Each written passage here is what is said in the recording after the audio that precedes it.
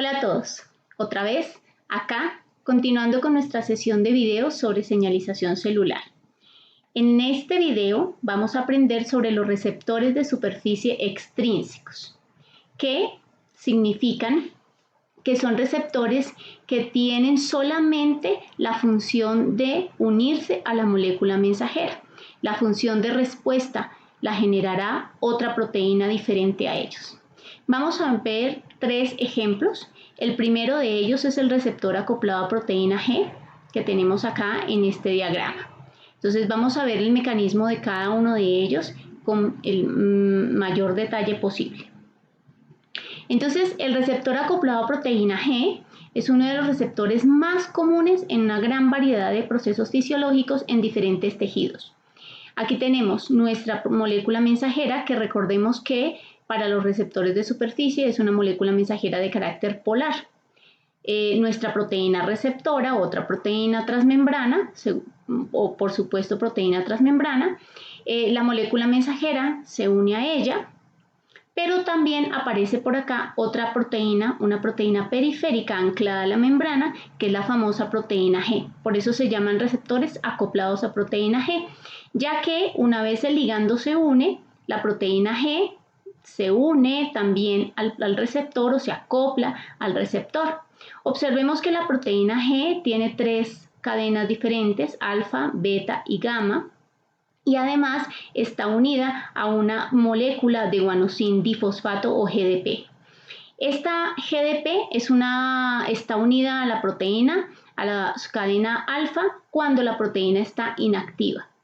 Cuando la proteína se activa por unión del ligando al receptor, la proteína G se acopla al receptor y en ese proceso de acoplamiento cambia GDP por GTP, es decir, guanosin difosfato por guanosin trifosfato. Hay un intercambio de moléculas, por un lado. Por otro lado, observamos que una de las tres cadenas se ha desprendido y se ha movilizado hacia una tercera proteína, que en estos mecanismos la llamamos la proteína efectora, que será la que haga la función o la respuesta de la unión del ligando. Entonces, como vemos, la cadena alfa se desprendió de su estructura, cambió GDP por GTP y se movilizó hacia la tercera proteína que llamamos proteína efectora. En el ejemplo que tengo acá, esta proteína efectora, activada por la subunidad alfa de la proteína G, se encarga de catalizar la conversión de ATP a AMPC o adenosin trifosfato a adenosin monofosfato. En este proceso se da gracias a la unión del ligando, sin embargo, trae tras de sí una secuencia de procesos asociados a la proteína G. Por eso es considerado un receptor extrínseco. Fíjense que la respuesta, que es producción de AMP cíclico, no depende directamente del receptor, sino de una tercera proteína que participa. Una tercera proteína transmembrana que participa. Y AMPC se va a convertir en un segundo mensajero, uno de los tantos segundos mensajeros famosos que vamos a encontrar en estos procesos de señalización. El segundo ejemplo es el receptor tipo tirosina quinasa no enzimático. Hago el énfasis en no porque ya habíamos visto un receptor tirosina quinasa intrínseco. En este caso vemos el receptor transmembrana, dos cadenas, la A y la B.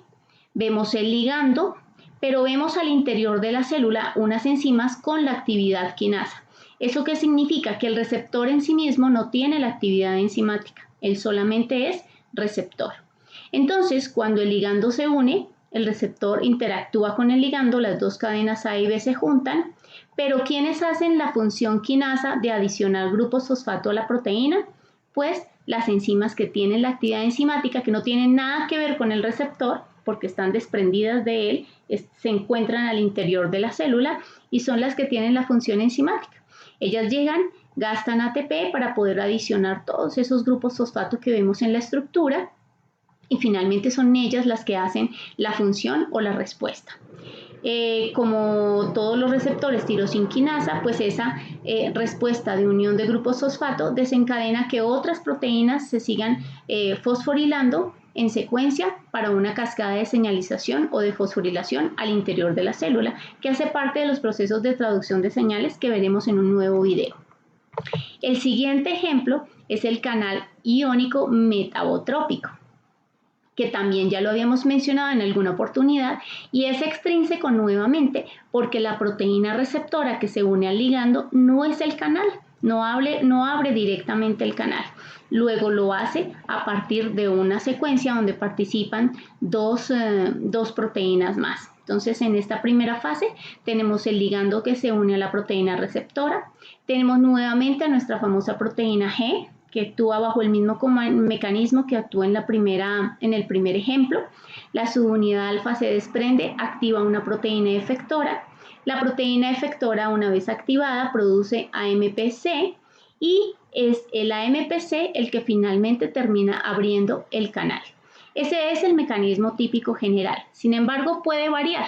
En algunos canales no es la subunidad alfa la que activa, sino las subunidades beta y gamma. Es decir, no siempre la subunidad alfa de la proteína G hace esos procesos de activación.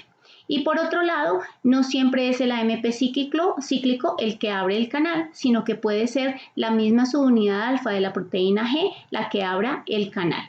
Entonces tenemos unas variaciones de este mecanismo, pero sigue siendo